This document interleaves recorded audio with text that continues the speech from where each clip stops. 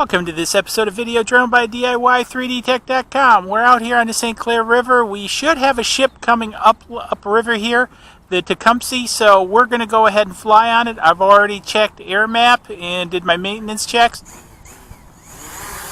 Alright, got it in the air. Going to let it set in a little bit. There's a bus behind me now. I've got video recording going. Just making sure that's counting up. And I'm going to take this out. And I'm going to take it up and out. And I want to get it angled here. So I'm taking it out. And we're going to let it sit over the water. And I'm going to turn it to look down river. Because we should see this ship coming up any time now. So it should be, according to the maritime map, it should be coming up lake pretty soon. So I'm just hanging out just over the edge of the water. I'm going to push it out a little bit more. And then let's do some zoom, see if we can see it coming up. And I think it's right there, if I'm not mistaken. So I got 2x zoom on it. So it's the Tecumseh. So at least that's what the map says, or the maritime app. So yep, there it is, just like downtown the David Whitney building. I'm only up about 60 feet or so. And I'm just out over the edge of the water. And so I just want to be respectful. I'm not going to fly over it or anything. I just want to capture some video of it, and it's starting to pull in range here. So as it pulls in range, what I'm going to do is back off on these digital zoom a bit to kind of step it in frame. I might try some active track on this one too. I'm not sure if I'm going to give this one a go or not. Maybe once it comes past, I'll see what the battery looks like. It's a little bit windy today, so that's why I'm a little bit. I've got about 6-mile-an-hour gusts on the ground here. You know, probably 0 to 6-mile-an-hour gusts. Up there in the air, I'm getting a few warnings. So when I get those, I'm a little bit nervous about doing active track and pulling it too far out, because I'm basically over, just an open area, not only the water, but, a stretch of land there. So I'm pretty comfortable with the little bit gust to be there. And so let's gimbal this down. Let's turn the angle. So in a prior flight, we flew down to the Bramble and back. So this isn't far at all. I'm only about 300 feet or so out from me, so I'm just hanging right in the air, just not too far. Matter of fact, I can see it as plain as day. And so anyways, we got the Tecumseh coming up, and I'm still at pretty high zoom level. Yeah, I'm at full zoom, and I didn't push that darn button stand. I'm really, actually seriously considering getting the Mavic Pro just so I don't have to do that. Hate to say that, but it's just one of those things that you don't think about, especially, having flown the Spark and the Phantom 3 for so long. It's just, you don't have to, and I don't have to with the Solo. I don't have to with the Unique press anything to focus it. It's focused. And so, there you go. But, here's the Tecumseh. And actually, what we're going to do is, I'm going to cancel that. And I am going to try a little bit of active track. I'm going to try spotlight mode. Oh, now this took me back down to 1x. So subject out of range, but I'm going to still go for it. So I'm active tracking it. Let's see how this works with active track. So I've got the little boat icon again. Of course, I got the big boat. It's tracking. We'll see how this does towards me. And also the images enlarges. So it's clearly inside of me.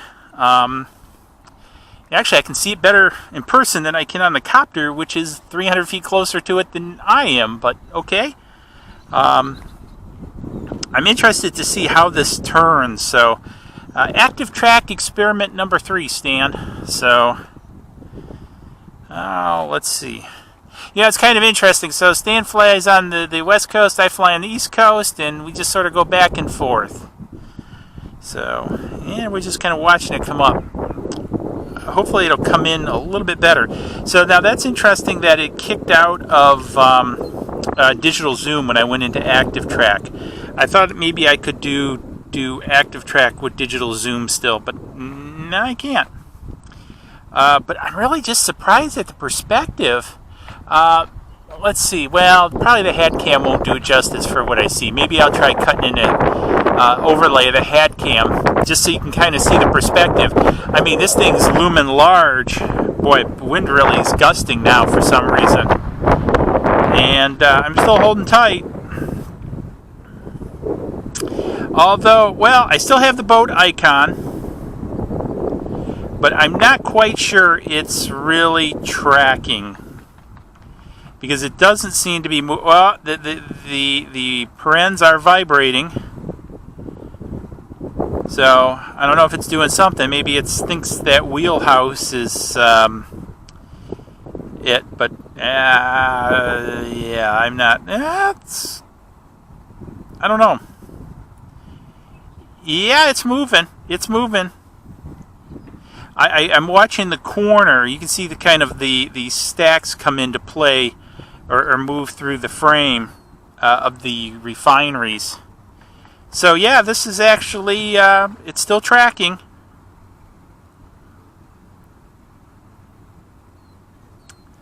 Yep, it's still tracking. This is interesting. Beautiful views. Man, I tell you what, I never get tired of watching these guys, ply the rivers in the lakes. I mean, it's just amazing. Yeah, I've seen a lot bigger ships. I've spent time out in San Diego, etc. But I tell you what, it's just so cool to watch these guys just go up and down the lake. They're a little bit of a dinosaur. I mean, the fleet isn't as big as it used to be, the Great Lakes fleet. Yeah, I now seem to be kind of having an issue, so I'm going to actually step in here and kind of manually pull it forward. So I'm still getting some pretty good. Let's see if it's not really keeping up with the ship, and I want to keep it up. I'm going to actually cancel active track. It's not keeping up. And, whoop. I want to get, well, there we go. Look at that view, folks. Look at that. And I'm using the newer sunshade, the full one today, because it's really bright out here, and I sort of learned my lesson the other day using the other partial shield. It just doesn't work. This is a little bit harder to work with. One of the things I'm using is the stylus to the Galaxy, and that really works well. I gotta say, that really works well. And there it goes. We're just kind of watching it move up. And there we go. So active track is sort of working. I just have the feeling that these are too big of objects, and that's part of the problem. But here, this guy is just moving north. So again, this is the Tecumseh.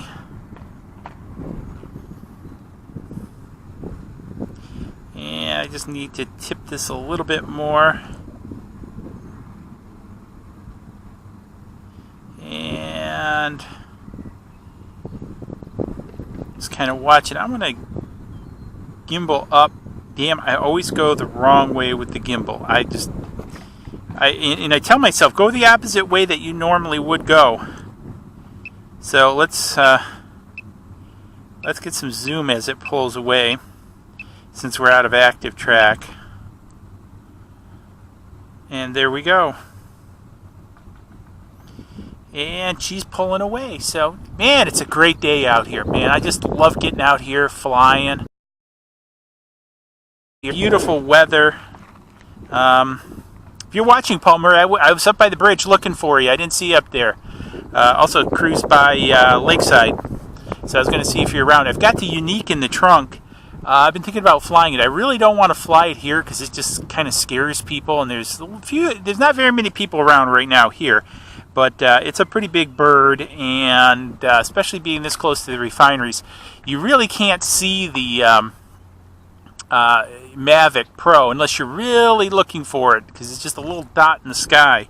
And that, I don't want, people complaining or whatever, because if people complain, well then, it kind of ruins it and everything. So I just like to keep a low profile when I'm out here flying and everything, and just kind of be respectful of everybody in the airspace, and just kind of enjoy myself so everybody can have their own little quiet enjoyment out here.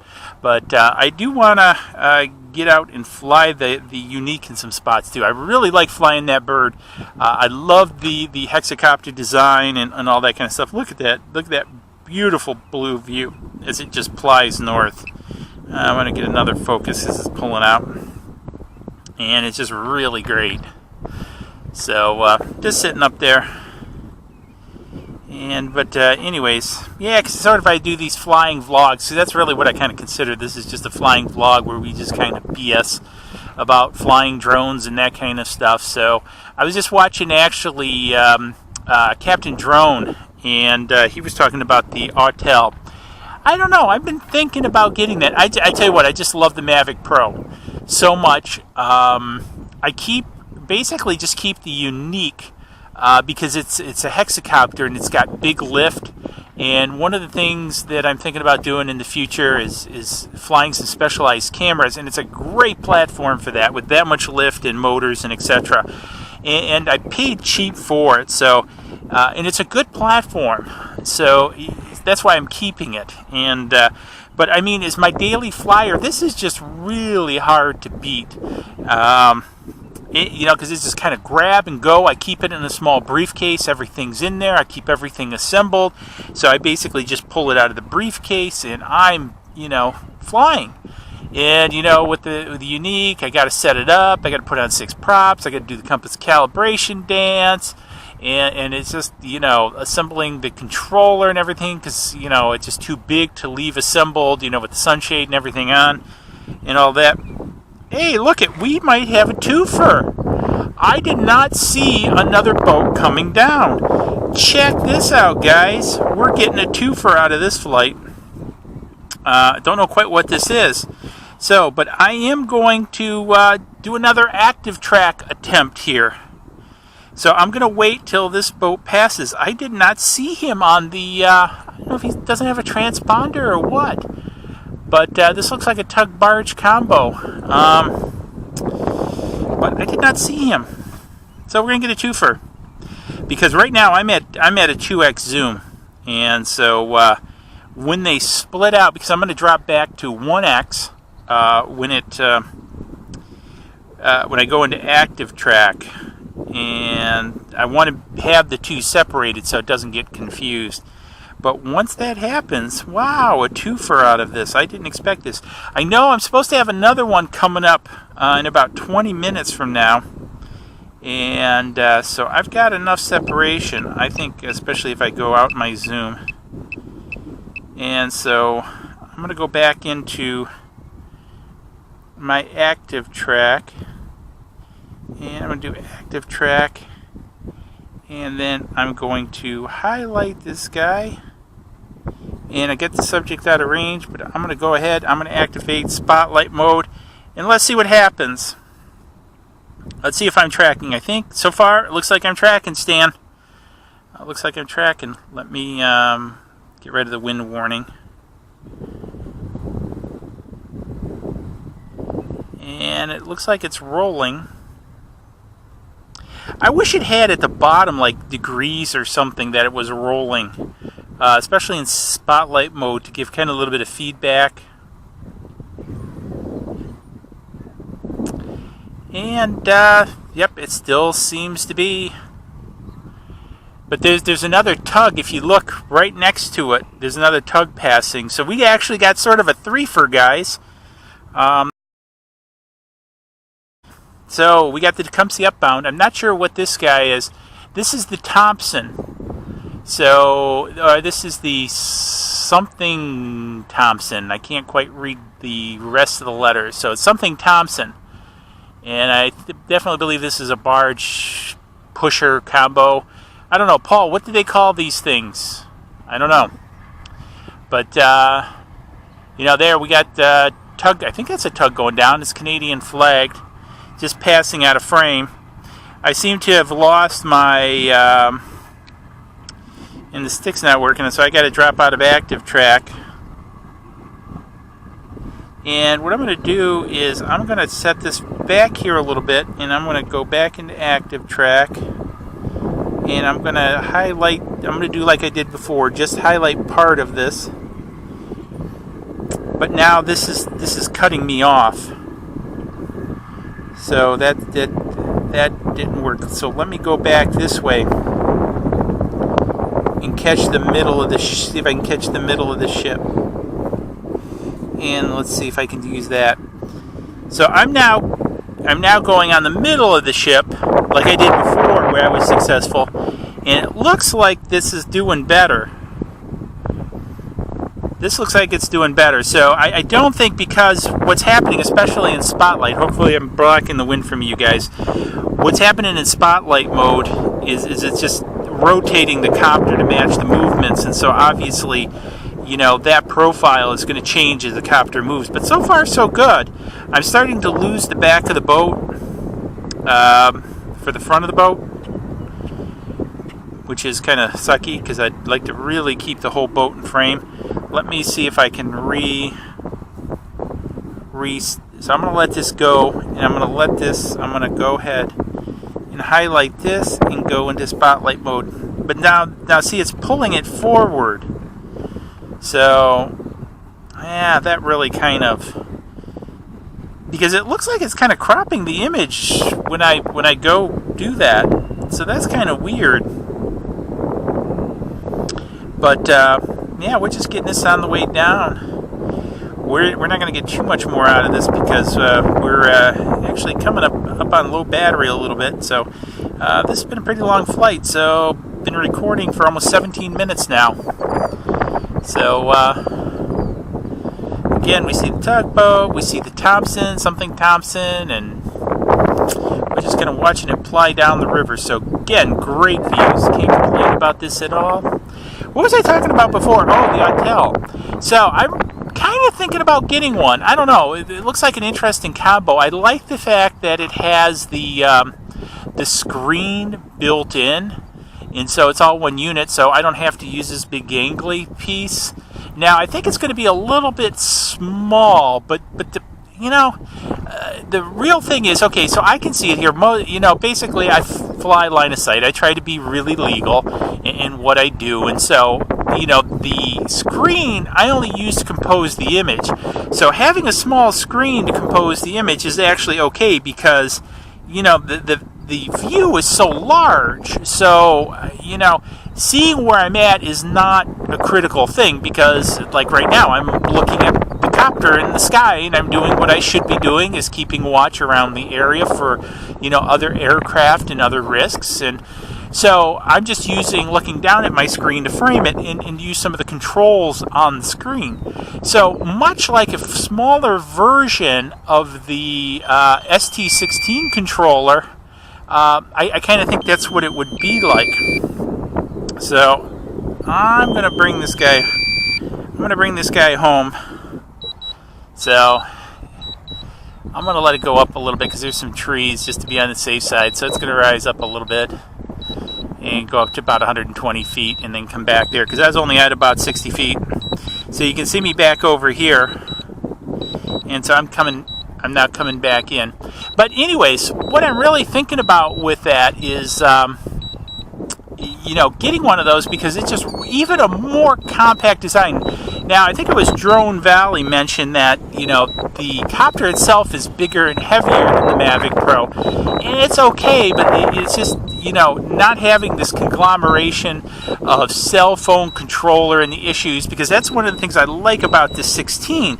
Now, but I think the other shortcoming is screen recording what the copter captures, because one of the things I can go back and do is sort of forensics on it, how that flight went and things like that later.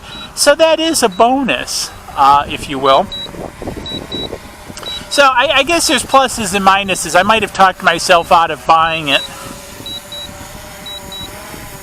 And I'm going to stop it there. I want to land it myself.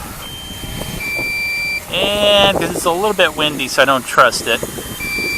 And I've got rocks on the landing pad. There we go. So we put it down. This is perfect. I'm going to stop recording.